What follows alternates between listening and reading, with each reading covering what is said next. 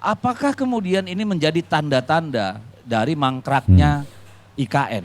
Siapa yang percaya IKN itu akan jalan? Ngakak semua. Makanya saya setuju sekali dengan judulnya Bang Karni ini. Ini memang dari statement bahwa ASN itu tidak akan berangkat atau tidak akan dipindahkan sampai jadwal waktu yang tidak ditentukan, itu adalah perpisahan jalan antara Pak Jokowi dengan Pak Prabowo dalam soal IKN.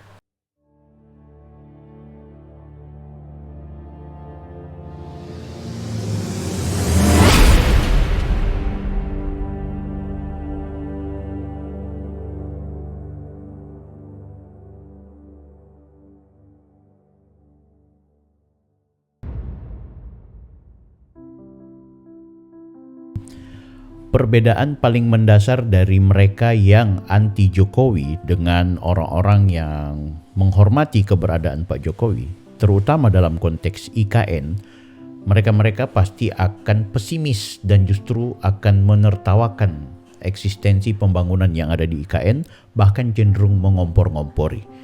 Sementara mereka atau siapa saja yang memberikan penghormatan kepada pemerintahan Prabowo Gibran, termasuk juga menghormati ide besar dari seorang Jokowi ketika menjadi presiden, mereka akan optimis dan akan menjadikan IKN sebagai suatu kebanggaan. Kita bahas. Guys, bertemu lagi bersama saya lagi. Halo guys, kembali bersama saya Bang Bill. Di video kali ini saya mau menyajikan kepada Anda semua, ada 3 orang yang terlihat sangat pesimis terhadap eksistensi pembangunan IKN. Bahkan di ILC, ketiga narasumber ini memposisikan seolah-olah Jokowi dan juga Prabowo itu retak, mengingat ada sesuatu yang berbeda di proses pembangunan IKN. Siapa-siapa saja orang itu, mari kita saksikan, dan setelah itu akan ada satu orang yang menurut saya hebat. Kembali lagi dengan kesejukannya Mas Ade Armando, justru memberikan narasi optimisme terkait pembangunan yang ada di IKN. Langsung saja, kali ini kita ke satu narasumber awalnya. RI 1 kemarin, tapi kemudian tiba-tiba menjadi tidak berlanjutan. Makanya saya setuju sekali dengan judulnya Bang Karni ini.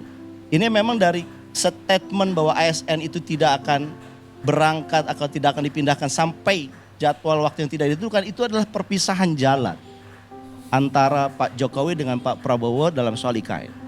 Saya katakan demikian, itu dalil yang sangat kuat karena desain IKN ini kan mengundang investor karena ada orang yang akan menghuninya. Dan orang pertama yang menghuninya itu adalah yang namanya ASN. Jadi ini sangat core dalam dunia investasi. Karena gimana pun juga kalau nggak ada keramaian, tidak akan ada profitable di situ. Nah, sementara orang pertama yang didesainnya tidak akan ke sana sampai jadwal waktu yang tidak ditentukan. Ini kan samanya sebetulnya tanda kutip. Oke. Jadi Mas Ahmad ini ya, Mas Ahmad Nur ini menganggap bahwa Pak Jokowi dan Pak Prabowo itu sudah ada tanda-tanda berpisah, ya. Mas Ahmad Nur Hidayat ini pengamat kebijakan publik, guys. Oke, dari Universitas Veteran Jakarta. Bagus, analisanya bagus. Memang yang namanya investasi itu dan nalar profit ya, itu hanya akan terjadi ketika ada profitnya di situ. Dalam artian ada penghuni di IKN. Nah, elemen yang paling pertama menghuni di IKN tentu adalah ASN. Yang aku rasa lucu, apa hubungannya kalau kemudian ASN belum dipindahkan, terus ini berkaitan dengan Prabowo mulai retak dengan Jokowi, sudah tidak searah dan tidak lagi bisa melanjutkan. Padahal ASN akan pindah ke IKN itu udah dibilang sama Pak Bas, ya. Memang pernah diagendakan pasca 20 Oktober di awal pemerintahan baru ASN akan dipindahkan. Tapi kan kalau ada problem teknis bukan berarti itu dipahami sebagai sesuatu yang buruk dan seolah-olah sudah terjadi pecah kongsi antara Pak Jokowi dan Prabowo. Ini udah gak ada hubungannya dengan Jokowi, ini hubungannya adalah Pak Prabowo. Mau Pak Prabowo mau lanjutkan atau tidak itu urusannya Pak Prabowo. Kan gitu. Bukan Jokowinya yang gagal. Kan gitu. Tapi yang jelas IKN ini sampai dengan saat ini masih berlanjut. Bahwa kemudian triliunan rupiah sudah dihabiskan untuk IKN. Ya untuk mengawalinya harus dilakukan itu, harus mendobrak. Ya kan? Soal teknis kapan ASN dipindahkan itu kan hanya problem momentum, problem waktu saja.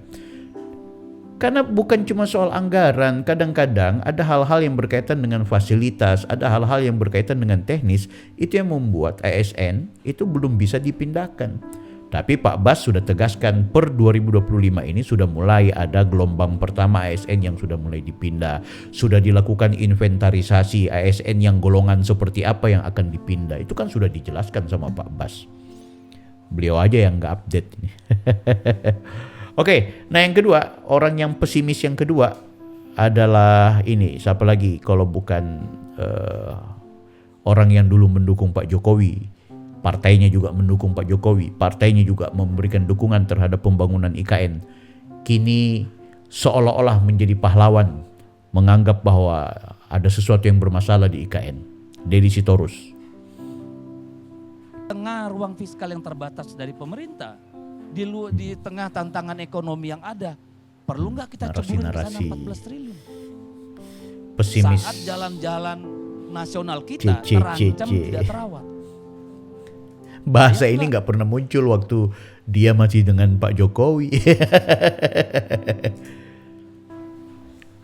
Kan itu yang menjadi problem kita. Ya bukan hanya ini persoalan filosofis, soal teknokratis. Ini soal keputusan politik kalau menurut saya. Soal rasa keadilan juga. Karena bayangkan petani-petani itu tentu tidak akan mendapat bantuan saprotan nih pada tahun fiskal 2025. UMKM tidak akan dapat. Kan begitu. Narasi ini dia munculkan setelah bermusuhan dengan Pak Jokowi. Kemudian semacam memberikan warna tanda merah ke Pak Prabowo.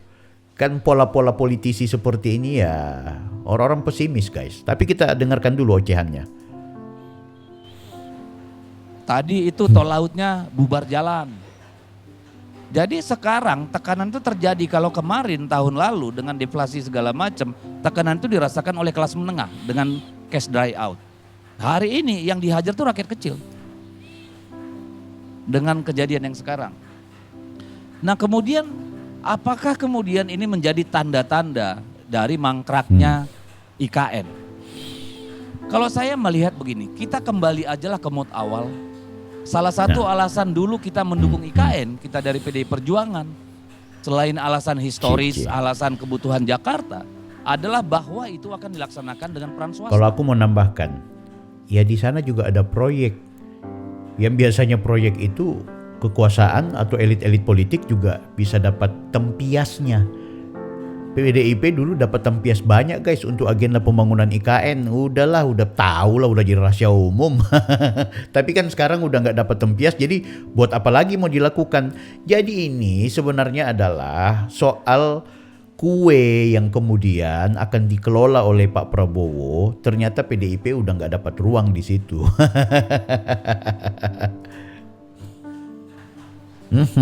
Tidak makan APBN. Kemudian dilaksanakan dengan berhati-hati. Tidak dengan sistem kebut semalam. Kan itu nih landasannya. Dan sampai hari ini pun kita masih menyetujui itu. Nah sekarang kan kemudian kita lihat. Tahun lalu kita mengalami defisit sekitar hampir 400 triliun. Ya 300 triliun sekian. Tahun 2025 proyeksinya sekitar 1.200 triliun nih. Defisit APBN. Lalu apakah kemudian menjadi realistis bagi Pak Prabowo nyemburin 14,5 triliun ke IKN yang gak dinikmati siapa-siapa? Di saat sektor-sektor lain politisi sebenarnya kalau ngomong anggaran. seolah-olah seakan-akan. Udahlah Ded, kami udah paham pola-pola begini. Nah ini yang terakhir nih, yang terakhir. Orang ketiga yang pesimis di narasumber ini ya. Ini. Ya, siapa lagi kalau bukan kita punya orang hebat. Pak Rocky. Itu dia bilang, suka tanya sama peserta rapat. Itu udah kirim ya formalnya. Sekarang di antara kalian, di antara kita, siapa yang percaya IKN itu akan jalan? Ngakak semua. Orang-orang pesimis. Atau aku akan ada menteri yang terangkan itu. Saya nggak mau buka di sini ceritanya. Oke. Disebut aja Rock namanya Rock. Apa? Disebut aja namanya. Ya inisialnya aja gue nggak mau sebut. Buat apa disampaikan? Oke. Kepentingannya untuk ngompor-ngompor Itu doang satu. ini. Nah, cerita kedua. Bang Rocky. Saya pergi ke Luwuk. Masuk ke Poso, Danau Poso tuh. Karena mesti backup LSM pro lingkungan di situ. Oke. Datang pengusaha. Dia bilang, Pak Rocky, saya eksportir kerikil ke IKN. Dan kamu betul. Ya. Dari Poso itu. Ya Poso, Palu segala segitu. Pinggiran itu. Dan kamu betul. Dia berhasil. Rugi 20 miliar belum dibayar. Kerikil. Saya kasih aja parsial-parsialnya tadi. Berapa waktu yang lalu saya pergi ke Taman Bunga Nasional di Malang, Batu Malang. Taman bunga yang bagus betul, peninggalan Belanda. Kepala desa bilang begini ke saya. Kami mensuplai semua bunga ke IKN. Diambil dari Batu Malang rupanya, bunganya bagus-bagus. Terus apa masalahnya Pak? Sampai sekarang kami nggak dibayar. Taman bunga itu, kebun bunga itu dimiliki oleh 15.000 rakyat dalam bentuk koperasi. Ditipu. Jadi kalau saya bertanya misalnya, IKN itu simbol apa sebetulnya? Satu-satunya simbol yang ada dalam sejarah manusia, ambisi yang kemudian berantakan adalah Babilonia Tower. Tower of Babel itu. Kita tahu di dalam cerita itu pertanyaannya, apakah menara Babilonia itu runtuh karena kedunguan? Dungu artinya tidak bisa lagi bercakap-cakap karena bahasanya diocak-acik oleh satu kekuatan, atau dia runtuh karena ambisi. Oke guys, gitu. ya kalau Bang Rocky udah kita tahu ya. Jadi cara beliau menarasikan itu selalu keren kalau untuk kemudian membahasakan apa saja yang ada dalam pikirannya. Dan selalu saja kalau dalam konteks IKN berarti Jokowi. Nah Jokowi itu pasti antipati dengan yang namanya Pak Rocky Gerung, sehingga apapun ya yang terjadi di IKN selalu pesimis dan buruk di hadapan atau di mata Pak Rocky Gerung. Tapi udah nggak apa-apa, itu kita nggak perlu anggap itu sesuatu yang buruk. Kita nilai bahwa begitulah cara Bang Rocky ketika kemudian mengeksplorasi daya kritisnya ya. Kita anggap dan kita ambil sesuatu yang penting untuk dijadikan hikmah pelajaran. Tapi sebagai agenda jangka panjang untuk masa depan Indonesia yang lebih baik, kita nggak butuh orang-orang pesimis, ya kan? Soal yang dia gambarkan bahwa ada petani yang bunganya tidak dibayar apa semua. Aku pikir kalau memang itu benar dan kalau ada sesuatu yang mengganjal di sana dan tidak ada komunikasi yang baik, pasti sudah ada demo besar-besaran lah. Mereka-mereka kontraktor, subkontraktor atau siapa saja yang berpartisipasi untuk IKN, kalau kemudian merasa dirugikan dan tidak ada komunikasi yang baik dengan otorita IKN atau dengan pihak pemerintah, aku yakin mereka akan demo besar-besaran. Ini kan enggak. Jadi mungkin benar apa yang disampaikan oleh Bang Rocky bahwa ada pembayaran yang tertunda atau ada hal yang teknis bermasalah, tapi kan bukan berarti IKN itu kemudian dianggap sesuatu yang gagal. Tunggu dulu, ya kan? Nanti kalau betul-betul udah ambruk, betul-betul memang IKN habis, ya baru kita komentar demikian. Jadi jangan pesimis. Nah sekarang aku mau ajak ke teman-teman, coba kita dengarkan Bang Ade Armando itu dia bicaranya slow, tenang, santai dan argumentatif. Optimisme yang dia sampaikan dalam konteks bagaimana melihat IKN. Oh tentu karena memang Bang Ade Armando kan orangnya Jokowi. Tentu ini bukan soal orangnya Jokowi atau tidak, tapi kita membaca bagaimana melihat orang yang membaca optimis dan berbicara dengan pesimistik. Nah ini Ade Armando ya, kita dengarkan. Dan saya mulai dari barangkali salah satu alasan kenapa saya mendukung IKN bukan karena Andrinov Caniago. Walaupun dia teman dan dia junior saya dulu. Saya yang menjadikan dia salah seorang ketua senat ya. Dari visi UI. Dan yang berdosa juga bawa Jokowi ke Jakarta. Dedi kurang ajar mulutmu. Nah jadi, tapi saya sepakat dengan dia. Saya sepakat dengan Andrinov. Dan barangkali sebetulnya karena kita sama-sama orang Sumatera Barat. Barangkali. Seperti juga Pak Karni ya, orang Sumatera Barat. Kenapa Sumatera Barat jadi penting? Karena buat penonton juga mudah-mudahan masih ingat. PRRI. Sumatera Barat itu pernah bikin pemberontakan. Namanya PRRI. Permesta ya, Sulawesi Utara ya Permesta kan ya. Dan itu terjadi karena sebetulnya alasan yang sederhana sih. Orang-orang Sumatera Barat menganggap bahwa kita tuh dijajah oleh Jawa. Terutama oleh Jakarta kan. Jadi kita melawan waktu itu. Dan kalah. Dan sejak saat itu Sumatera Barat tuh ngasih orang tua di Sumatera Barat kasih nama yang aneh-aneh sama anaknya. Misalnya Ade Armando. Supaya jangan kelihatan banget kita Sumatera Barat. Andrinov Caniago juga kali ya. Kalau Bang Karni kan belum. Enggak, kita perbaiki dulu. Apa itu? Yang berontak itu bukan hanya Sumatera Oh, Barat. ya, bukan hanya Sumatera Barat. Dari Sumatera Utara itu Kolonel Simbolon sama Letkol Nekolan. Sumatera Selatan Kolonel Barlian, Riau, Ismail Lega. Panjang lah ya. Sulawesi juga. Iya. Pence Samuel. Pence Samuel ya. Jadi Sumatera Sama Sulawesi. sama Sulawesi. Kan? Jangan Sumatera Barat toh. Ibu kotanya. Betul Sumatera Barat. Tapi mungkin karena orang-orang terkenalnya waktu itu Sumatera Barat lah ya. Iya. Mungkin saya nggak tahu.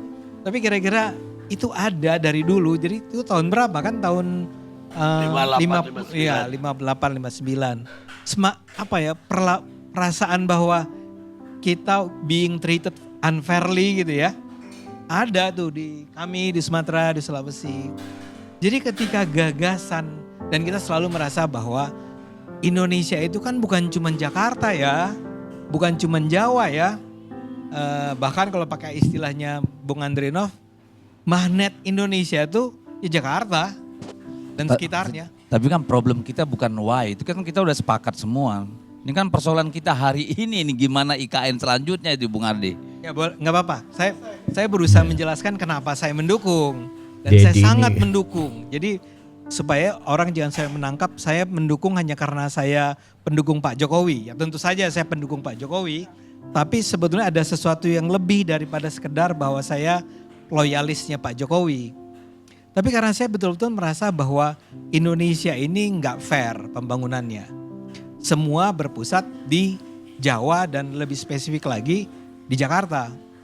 Nah magnet Indonesia itu di Jakarta dan orang bergerak pindah ke sana.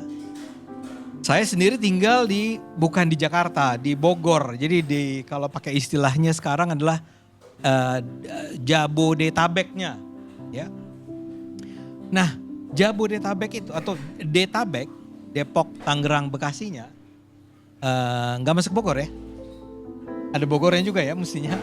Itu pertumbuhannya saudara-saudara itu adalah sekitar 4% setahun penduduknya. Sementara ya Jakarta jauh lebih rendah dari 4% itu. Tapi orang-orang yang pindah kayak saya nih, saya itu sebenarnya tapi dari dulu juga udah tinggal di mana di Jakarta. Tapi orang-orang yang pindah dari daerah-daerah lain itu bergeraknya ya ke arah Jakarta, sekitarnya. Tidak tinggal di Jakarta karena terlalu mahal barangkali ya. Tapi di daerah-daerah sekitarnya dan jumlahnya itu 4% setahun. Itu harus dipecah. Sebagai orang yang tinggal di Jakarta saya mengerti bahwa betapa beratnya tinggal di Jakarta dan Bodetabek. Tapi terutama Jakarta. Jadi harus dipecah. Magnet gak mungkin lagi dipertahankan hanya di Jakarta. Harus ada magnet lain. Dan saya setuju bahwa kemudian yang dipilih adalah Kalimantan Timur.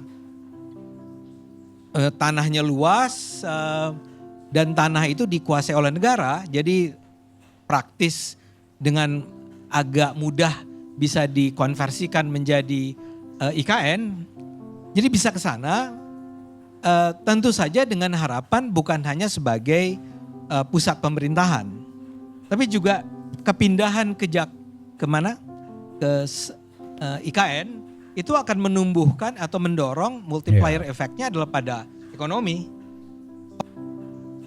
Tidak yakin bagaimana cara mengobati nyeri lutut atau sakit punggung, pinggul, atau siku. Orang akan bergerak sana. Kapan itu terjadi? Mungkin dalam jangka waktu yang tidak terlalu cepat tentu saja. Saya bayangkan itu tidak akan terlalu cepat. Tapi orang seperti saya misalnya, kalau saya masih ASN, saya harus mengatakan kalau saya masih ASN karena saya sekarang bukan lagi ASN. Saya karena urusan masuk ke jadi caleg kemarin ya. Tapi menurut saya ini adalah sebuah kesempatan. Jadi kalau dikatakan bahwa banyak orang barangkali reluctant ragu untuk pindah ke IKN dari Jawa, ya karena memang bayangannya adalah akan masuk ke sebuah situasi yang serba sulit juga di sana. Dengan segenap ketertinggalan infrastrukturnya lah untuk sementara waktu. Tapi kalau buat orang seperti saya dan saya bayangkan mungkin generasi milenial atau apa, ya seharusnya punya cara berpikir yang tidak lagi bertahan hanya di comfort zone. Karena tinggal di Jakarta tentu saja itu adalah sebuah comfort zone biar bagaimanapun.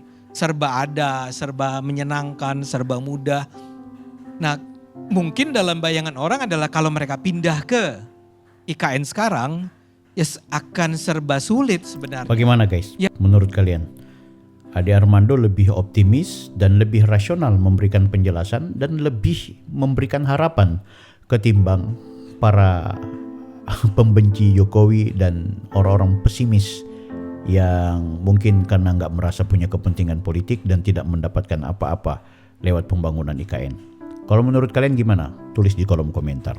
Yang menurut saya kalau saya jadi ASN itu akan saya hadapi. Karena menurut saya ya kita memang tidak bisa lagi mempertahankan Jakarta dalam format yang sekarang. Ini udah too much. Udah terlalu sempit, banjir, macam-macam.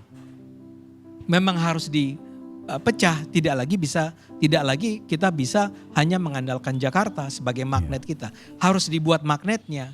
Dan itu harus memang kalau bisa di daerah timur, kalau bisa. Dan saya pikir pilihan Kalimantan ada argumen itunya juga saya rasa ya Nov ya. Saya duga. Karena kita udah terlalu lama memang membiarkan timur tertinggal, barat maju. Itu harus diubah, harus diputuskan barangkali dengan cara yang tidak terlalu manis juga. Bahwa ya untuk melakukan itu ya ada biaya yang sangat besar. Ada kesulitan yang tidak mudah untuk ditanggulangi. Tapi itu harus dilakukan. Karena kita harus sadar ketimpangan antara barat dan timur di Indonesia itu sudah terlalu lama bertahan. Cukup besar range-nya. Sangat besar range-nya. Kami di UI itu menerima mahasiswa-mahasiswa yang datang dari daerah timur misalnya. Dan harus saya akui menyedihkan. Saya prihatin karena pendidikan di sana, di timur, itu memang terlalu tertinggal dibandingkan kami di Jawa. Dan tiba-tiba si anak-anak itu dipanggil ke Jawa, masuk ke UI, masuk ke UGM kali ya. Masuk ke sekolah-sekolah perguruan tinggi terkemuka di Jawa sini. Dan they have to fight. Sementara sebetulnya mereka datang dari lingkungan sebelumnya yang tertinggal jauh. Ya. Itu aja guys, menurutku udah rasional yang disampaikan oleh Mas Ade Armando. Pandangan kalian gimana? Ya? Oke, mau pilih yang pesimis atau yang optimis? Jangan lupa like, comment, and subscribe. Kita berjumpa di video berikutnya. Saya Bang Bil, Offside.